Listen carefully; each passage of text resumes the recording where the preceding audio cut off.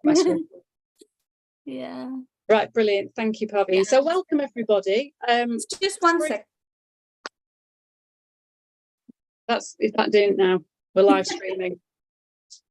Yeah. Live streaming on YouTube. How exciting. Thank you for being patient, everybody. So welcome, everybody. There seems to be a bit of a delay. No, it's gone. Okay. Can I just remind you just to keep your microphones muted, just so we don't get any feedback. So welcome. Sorry if you had trouble joining us. There was a bit of a problem with the link for some reason, but it's good to see you here now, and hopefully others will join in. So it's nice to see a small group, because actually we can have a bit of a rich discussion after Moni's presentation. So my name is Michaela Rogers. I am one of the co-leads for the Sheffield Interpersonal Violence and Abuse Research Network, SHIVA. After I finish speaking, I'll put in the chat box a link to our website, and there's a Join the Network link. And so if you want to sign up to that, you'll get regular emails from us and information about webinars and other events that we run. Today we're presenting on a project that Paveen and I led with colleagues in the other White Rose University. So we led a collaboration network during COVID, which had its challenges, but it was a really successful network despite COVID and lockdown and us all doing this forever and a day. We had about 14 colleagues from the University of York, the University of Leeds, and of course the University of Sheffield. And we were all working on the same topic, which was domestic violence, abuse and marginalised communities. And it was a fantastically rich multidisciplinary group. We had colleagues from spiritual studies, religious studies, from management, from housing policy, and from social work. Paveen's from health, nursing. So there's a lot of different disciplinary inputs into the project, but we all came together with a common theme. What we decided on early was two themes on that project. One of them was working with interpreters, and we've held a previous webinar on that project. And the other theme was the methodological challenges of researching domestic violence abuse with marginalised communities. And that's what we're presenting today. If you're not already aware, we actually created two toolkits out of that project. So there's a toolkit on working with interpreters in case of domestic violence and abuse. And there is a toolkit on researching domestic violence and abuse in marginalised groups. And both the toolkits you can get from the SHIVA website as well. You can download them. So please do so, and please do share with colleagues. So that's about as much as I'm going to say about the project. And I'm going to hand over to Moni, who is our research assistant through the collaborative network, and works mainly with me on this particular work stream. So Moni's going to present the findings from that work stream on methodological challenges. Over to you. Yeah. Good afternoon, everyone. My name is Moni, and today I'm going to do a presentation on researching domestic violence and abuse with marginalized group, looking into the methodological challenges. That's what we are looking into today. And the main research lead, as you already know, Professor Paveen Ali and Dr. Michael Rogers, they were the main research lead, while I was the assistant for this particular team. So today I'm just going to quickly talk about background and our research aim. I'm going to talk about how we've got those results, the method we've used, and we're going to talk about the findings.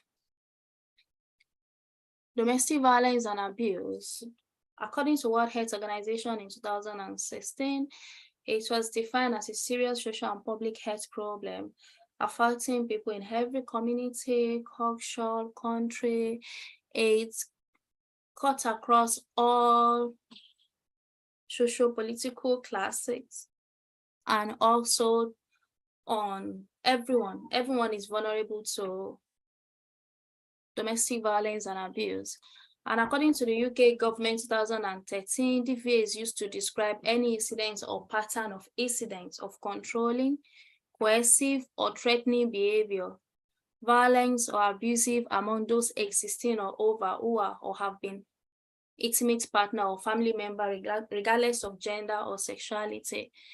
And there's a new definition now based on Domestic Violence Act 2021. But as at the time we conducted this research, we used this. So I just want us to go with this.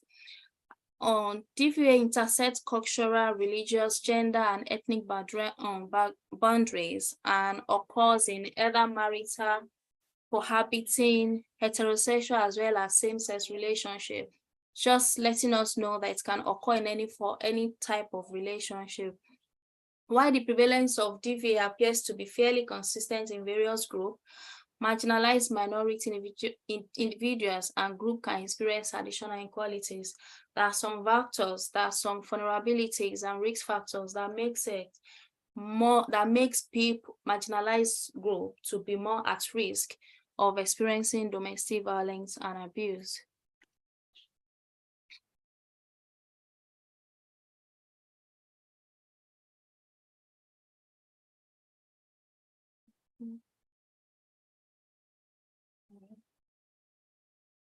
Yes, so our research aim basically is to identify the barriers and facilitators in researching domestic violence and abuse for researchers as well as the research participants, and to explore how the nature of research design, mostly for qualitative design, challenges domestic violence and abuse research.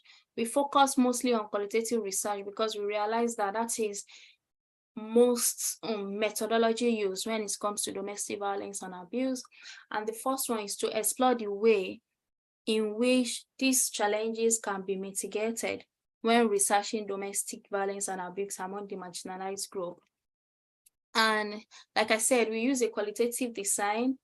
Inclusion criteria are basically practitioners working with victims of domestic violence and abuse, or family where there is domestic violence and abuse, all practitioners working with them, which include social workers, nurses, counselors. We have all of them in the group.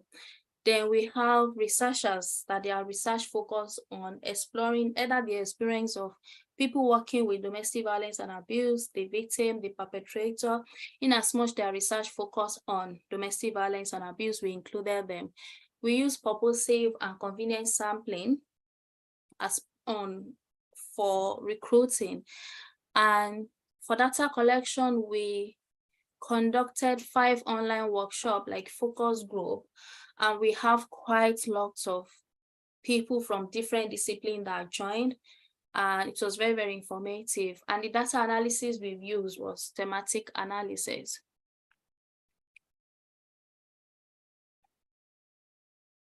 So this just describes the phases. Phase 1, preparing the data. We prepare the data collection tools that we use, the interview schedules, we prepare the schedules for the focus group as well.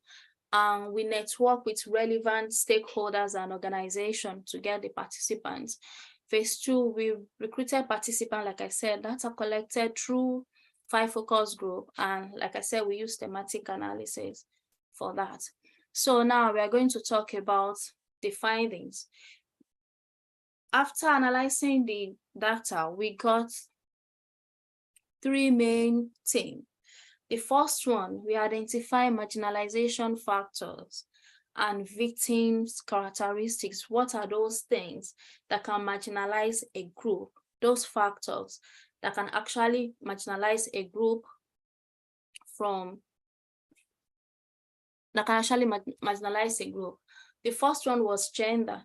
Basically, as you all know, we said the findings from the research shows that it is very easy. Females are more at high risk of being marginalized because of somehow less responsibility that is being given, like the role expectation, the gender role expectation of the society, that in one way or the other, female can be easily be marginalized from, and when they are marginalized in a way, it puts them at the disadvantage of disclosing their experience, of seeking support, of seeking help and even in participating in domestic violence and abuse.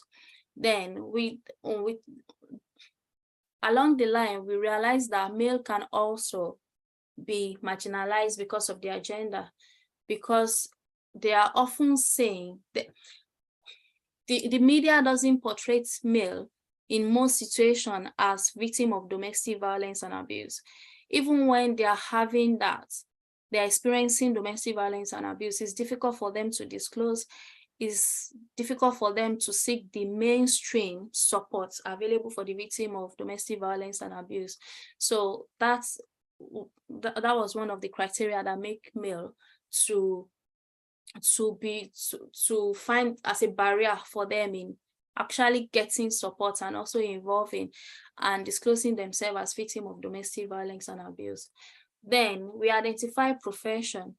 That was really surprising because some people are, the participants in this study believe that some people are in a profession that they are like in a profession that people believe that they can never be victim of child sexual abuse because they just think that they are immune to it. But likewise, profession can actually put someone in being a victim, can marginalize someone. Then, as well as experience, domestic violence and abuse experience also can actually marginalize an individual. An individual that has experienced domestic violence abuse before can be marginalized from seeking help. Those are the factors that we identified. Then personality and lifestyle was also a factor that the participants in this study believe could marginalize someone, could separate someone, put them at a disadvantage, because people believe that people that are outspoken, like extroverts, if they in one way or they can't experience domestic violence and abuse. And that's not it, because this is something that cuts across all socioeconomic classes, or it can affect anybody. And criminality history. Likewise, they said people who in one way or the other have been in contact with the law, they've committed a crime in the past, it's quite difficult for people to now see them as victims of domestic violence and abuse. And these people can be marginalized from getting the support they needed. In some situations, the support is not even available for them because they've seen them as someone that has committed crime before. So those are the factors we identified in these studies. Then we talk with the researchers. Participants in this study identify issues and challenges they face when they are conducting research when they are researching domestic violence and abuse.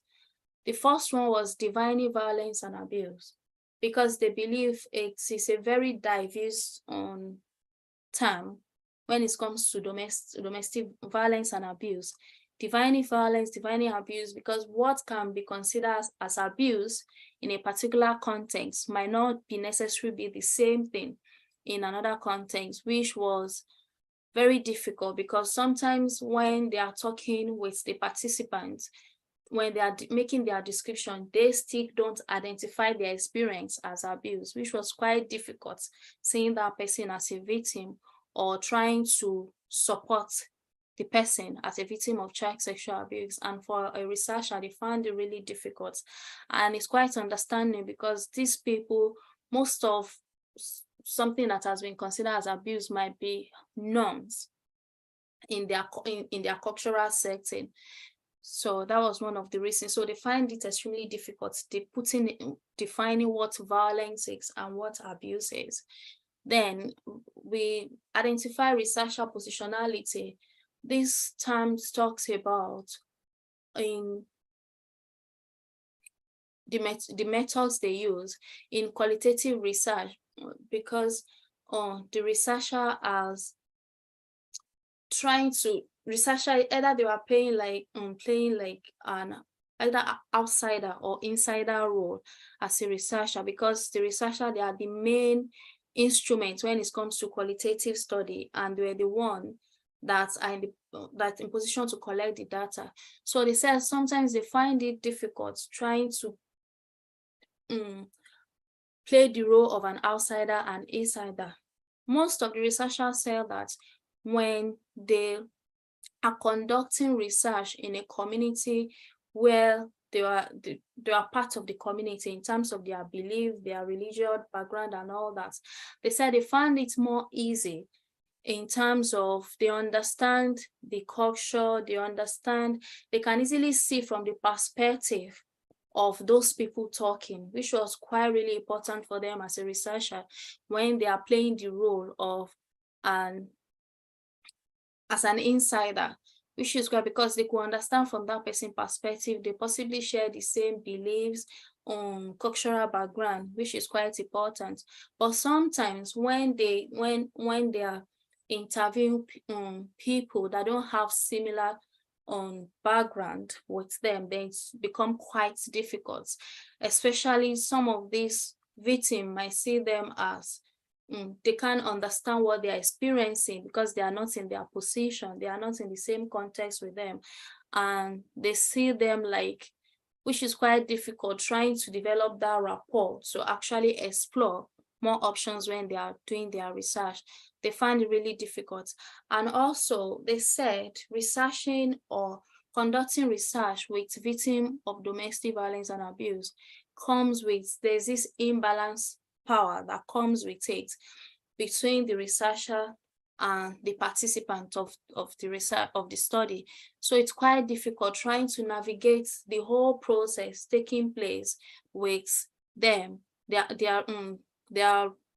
position in that dynamics of trying to navigate the dynamics between them and the participants of their research. Then it comes to the complex ethical process. You know, domestic violence and abuse is a very sensitive topic which require rigorous ethical approval, ethical procedure.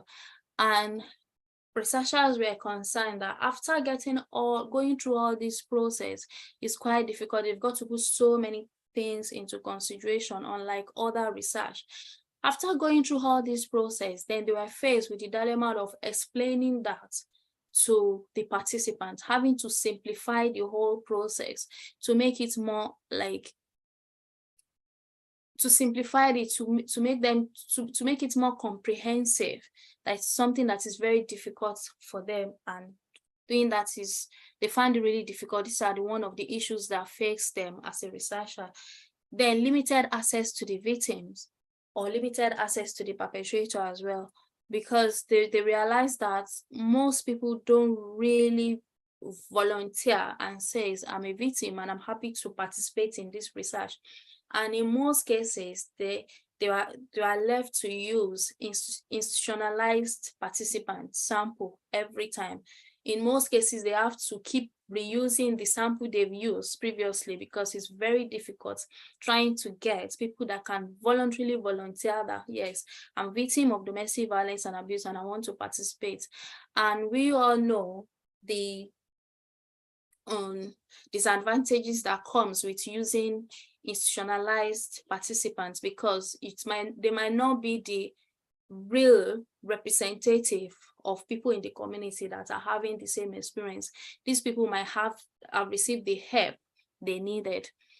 Then issues with gatekeepers, which is quite understanding. They said in most cases when they are trying to access even the institution or the community or the social leaders they think can help them to recruit participants, it's quite difficult. And this is quite understanding because it's a sensitive topic, it's a sensitive subject to explore. And the gatekeepers needs to put into consideration the confidentiality and privacy of these people that are in their care or that they know that they want to recruit, which is quite really difficult as well. And conducting negative research. The researchers says they raise their concern in terms of they have to be extremely careful not to appear to the community as someone that have come to judge them, because they are often perceived that they are conducting negative research in their society. They are giving them like bad reputation, because most especially research that tries to target a belief or cultural practice. For example, taking like in some African countries, we still have some people that still participate like on female genital mutilation. So they find themselves trying to conduct research in that context might be quite difficult. Or in some family that they make like patriarchy society where the man is in control and in charge, and they as a researcher, they are saying that as this is abuse, this is violence. But for some reason, the participants here who is a victim of domestic violence as if are not seeing it in that way. So they need to be very careful, to be sensitive to the context in which they are conducting the research. Then there's issue with privacy and confidentiality issues. As much as they were being careful not to maintain the privacy of their participants, most of the times they said they found people that have come from the same family, from the same study. And it's quite difficult that when they get to know that they are from the same family, they try to separate. In some cases, they can even ask them, what do they want to do? Do they want to participate in this focus group together or not? And in some cases, they don't allow them to participate because of the sensitivity of the issues when it comes to privacy. And that is one of those things they discuss as well. So we didn't only look into the issues and challenges, we look into this, the participants in this study make some recommendation. They said the first one is personal assessment and professional development. They were like researchers that want to focus on domestic violence abuse should be very conscious of themselves. They should be quite aware of their strengths, of their weaknesses, of their assumptions, their ideas, their belief, and they should question that anytime they are going into the community or anytime they are having to see a participant that have experienced domestic violence and abuse, that they need to put this into question. And also they need to know to develop their skills and competence in how they ask the questions, so they are not going to traumatize the participants or the victim again. Then they mention using pragmatic, personalized approach. Like in this, they mention using a community-directed research or participant-led research, that at all stages of this research process, they should actively involve the participants. So this will help them to like balance so be able to control the power imbalance that we previously discussed, because the participants will feel they are actively involved. They plan how they are going to conduct the research, which is quite still difficult, but they think it's one of the realistic way and practical way that can make the community to engage well, to participants to engage well, and carry them along, telling them. And they said using a very engaging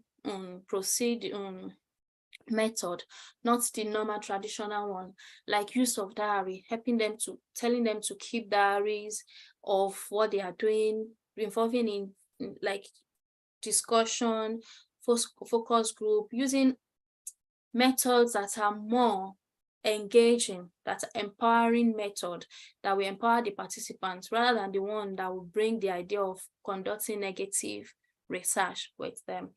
Then the cultural awareness, sensitivities, and competence. This is one that they really emphasize on, that as a researcher that wants to go into the community and conduct a domestic violence and abuse research, they have to be culturally aware of what occurs in that community. Even if it is one person, they have to be well aware of the background of that person, the cultural background. So that will help them to be more sensitive to the context, and they won't, and that the person will feel valued. The participants will feel valued. They want to engage more, that they need to be culturally competent, and that comes with their approach, their way, their interaction with these participants. And they need to demonstrate that they really respect and value the participants' beliefs and background, which is quite important. Then building network and relationship. While this may be quite difficult, but they believe that is something that really works well, because with that, the researcher will continue to keep going back and be using institutionalized participants, which in some cases might not be the true representative of people outside there actually experiencing domestic violence and abuse.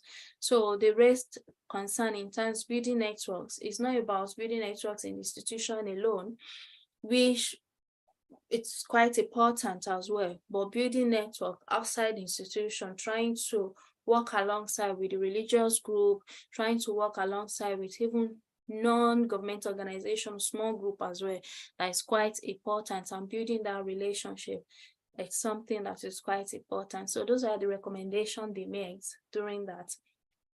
And from our study,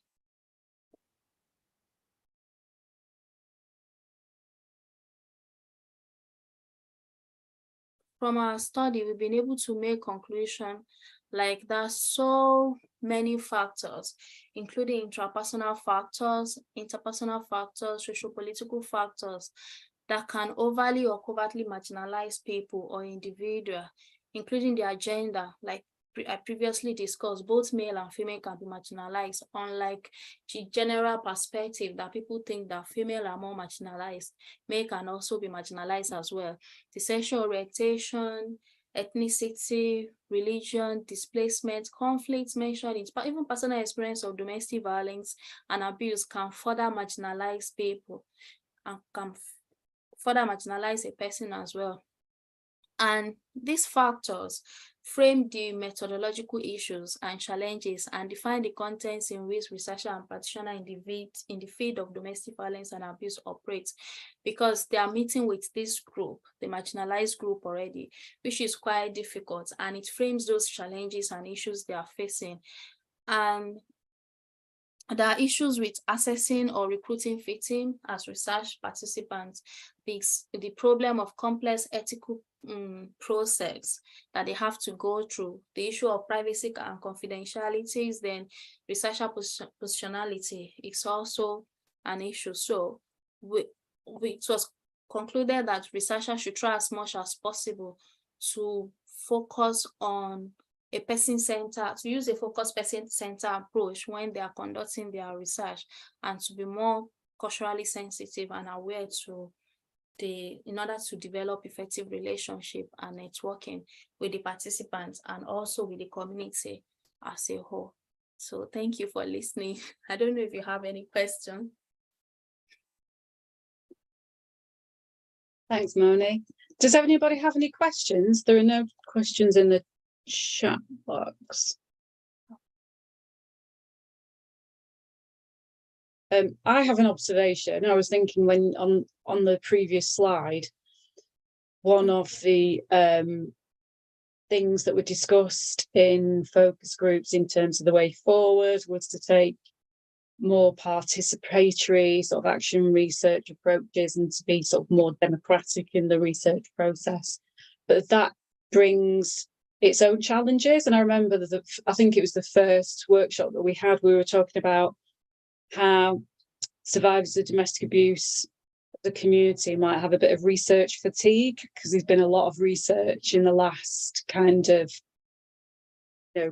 couple of decades. Really, there's been a real build-up, and I just wondered what other people kind of have in terms of experience or thoughts around that, or a way to address some of the challenges in terms of doing that participatory research when there is such research fatigue.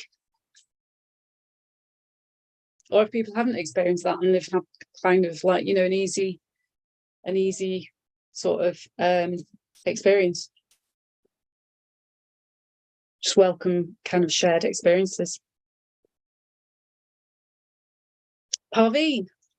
We're just going to ask if people were, it doesn't necessarily have to do with research as well, because one of the things that we find is that practitioners as well as researchers come across similar issues in some ways. So if any of you have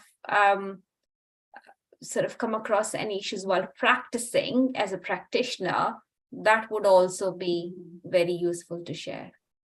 Yeah, because sometimes that kind of project work is really similar to research, isn't it?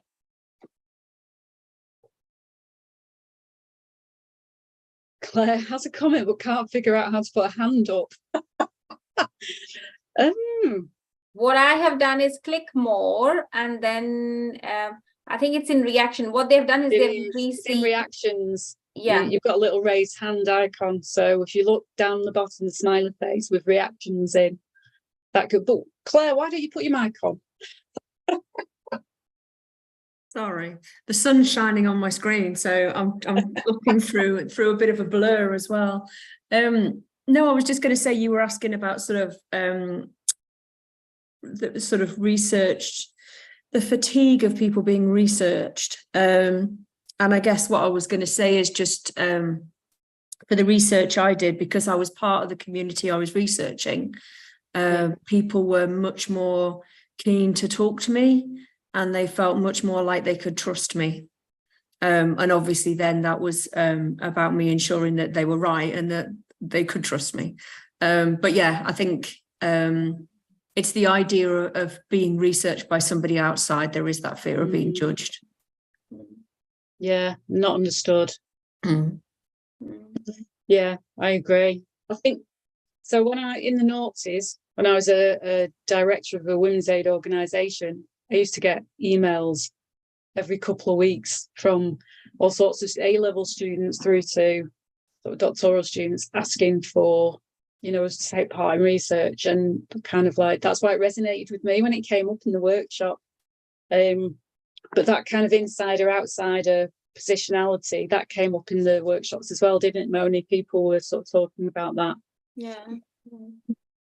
And I think you're right. I think it does create a level of trust if people who are interested in the research know that, or but it's how kind of like, because you wouldn't put that on your recruitment information, would you?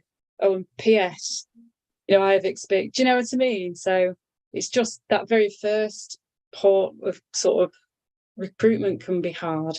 Yeah, I actually did.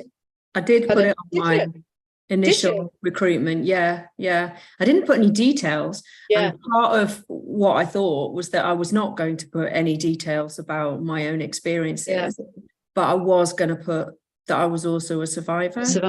That's really interesting. Yeah. And I think that did make a difference. Yeah.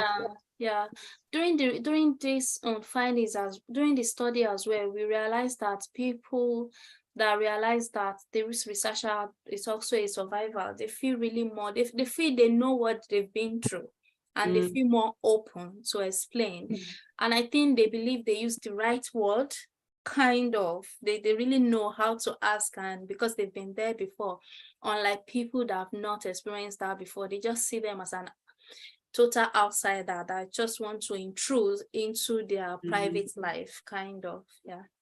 Thank you. And I think one of the things which I found is that people usually get, what is it in for me? Like, how is this research going to benefit anyone, themselves or somebody else?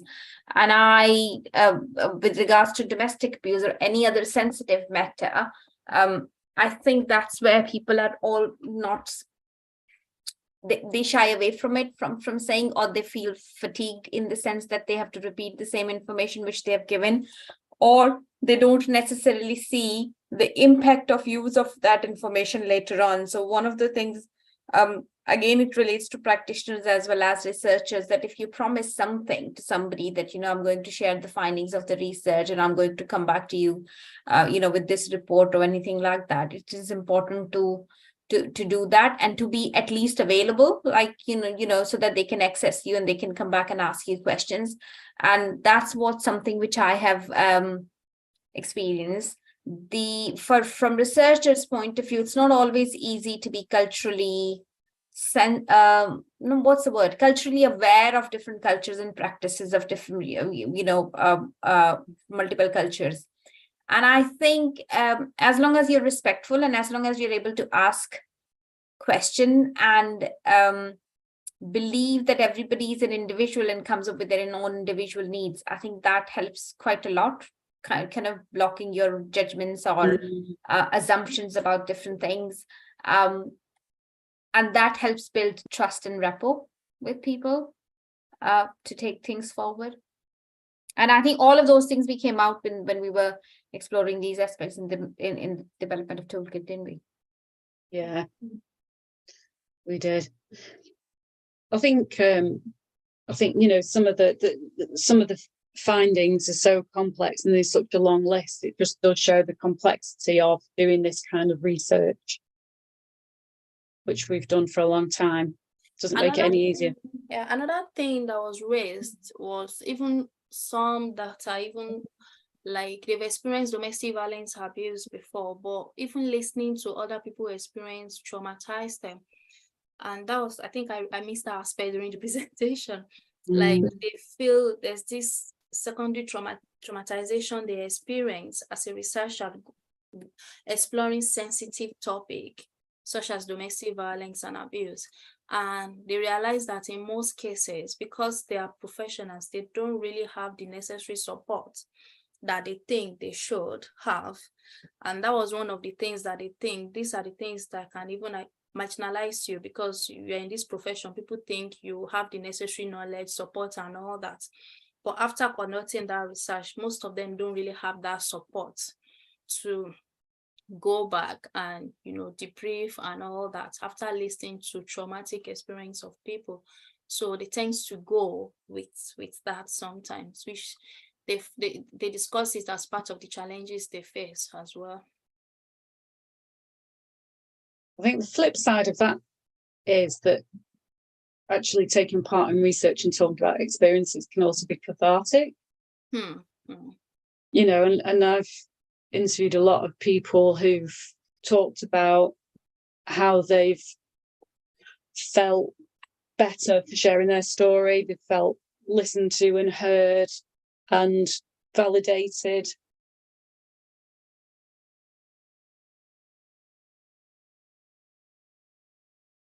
Are there any other questions from members of our audience? If you haven't had a look at the toolkit, please do go on the website and download it, because it kind of sums up all of this in a bit more detail as well.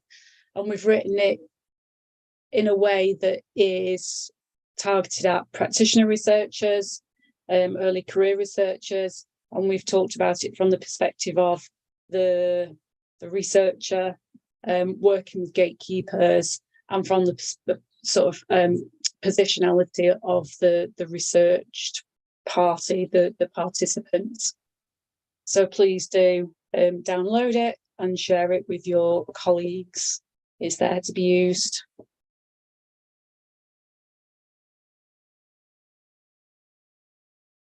Is there anything you want to add, Moni?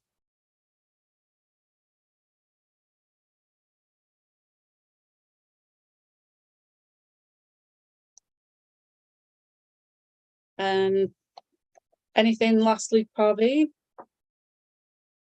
You see, you did such a comprehensive job at presenting that you've kind of answered everybody's questions. Thank you. No, thank you so much. And, you know, as always, you can always come back to us and ask any questions or drop us an email. And if any of you would like to see something on a specific topic or would like to maybe present your studies in these, again, do get back in touch with either myself or Michaela or to the Shiva Network email, and what we can do to help. At the moment, just to let you know what we're planning in the coming months, in September, Parveen and I launched a book that we edited called Gender-Based Violence, a Comprehensive Guide. That is a comprehensive guide. It's got 42 chapters and 54 contributors from across the world. So it's a really thorough sort of compendium of gender-based violence. It's really accessible text. What we are planning to do is, in coming months up until next year in summer period, is to put on some regular webinars that are themed around some of the themed sections of that book. So please do look out for that, and they will all be advertised on the Shiva website, and we'll send around emails as well. So get on the members list so you get those regular emails. And just to give you a flavour of what some of those might be, there's different sections on identity abuse. So that might include contributors who wrote about LGBTQ communities and abuse. There's a section on disability and gender-based violence and elder abuse. We're hoping to have the first session on migration and domestic violence and abuse. There's one on sort of institutional abuses, including obstetric violence, reproduction control. So quite a wide range of different themes and topics, and some of the sort of themes and topics that you might not find in everyday webinars and research events. So please do look out for those, and please do sign up to come along.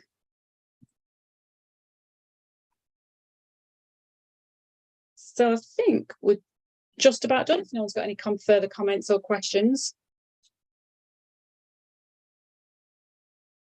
Thank you so much for coming and for listening to the summary of the work that we did as a collaborative network. As we say, you've got the link there to the SHIFA website. You can contact me or Parveen at any time, and please do. It looks great. Is that the book? Yeah. Claire. Both, thank you. Yeah, we're really proud of it. It was a massive piece of work. Parveen and I thought we'd just bang it out in a year, and 3 years later we were delighted to finish it this year. It's a labour of love, if ever there was one. Yeah, and I don't think we realized how big of the task was. It was only when we got the book in the hand, say, oh, sure, that's why it was that hard. Yeah. Okay. No, shall I get it for you so you can see?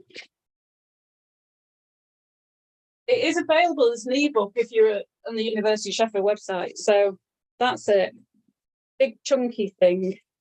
It's 630 odd pages. So yeah, not an insubstantial, insignificant piece of work, that one. Great. Thank you for joining us, everyone. And enjoy the rest of the day. The sun's out now. See you then. Bye.